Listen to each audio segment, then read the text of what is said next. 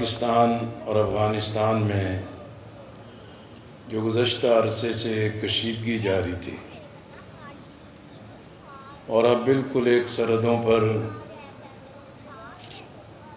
اس سے پہلے ہی افغانستان کی سرزمین پاکستان کے خلاف دہشت گردی کے لیے استعمال ہو رہی تھی، اور چین بھی، قطر بھی، ترکی بھی، سعودی عرب بھی اور دیگر ممالک بھی اس بات کی کوشش کرتے رہے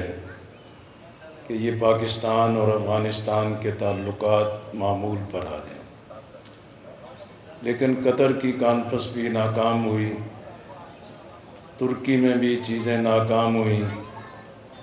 پھر چین میں بھی سب اکٹھے ہوئے، لیکن وہ چیزیں بے نتیجہ رہیں، اور اس کا سبب پاکستان نہیں افغانستان کی قیادت تھی،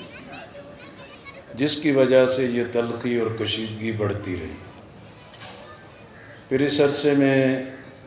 بلوچستان میں، خیبر پختونخوا میں، اسلام آباد میں، حتیٰ کہ اب پنجاب کی قرب و جوار کی سرحدوں پر بھی جو ہے کہ وہ دہشت گردی اور اس طریقے سے حملے ہوئے، اور اس پر بھی پاکستان کی طرف سے جو بھی ممکن تھا عالمی سطح پر بھی اس سب چیزوں کی آگاہی دی گئی۔ پھر پاکستان سے بھی علماء کے وفود گئے، سابق سفارتکاروں کے وفود گئے، اور انہوں نے بھی جا کے افغانستان کی لیڈرشپ اور ان کی قیادت اور ان کے ساتھ یہ تمام چیزوں کو آگاہ کیا کہ یہ چیزیں درست نہیں ہیں، اور اس خطے میں پاکستان اور افغانستان کے تعلقات معمول پر ہوں تو یہ دونوں ملکوں کے عوام کے لیے بھی بہتری کی صورت ہے۔ لیکن اسی دوران افغانستان نے انڈیا کے ساتھ جو ایک دفاعی پیکٹ کر لیا، اور اس کے ساتھ ہی جو مودی نے اسرائیل کا دورہ کیا ہے،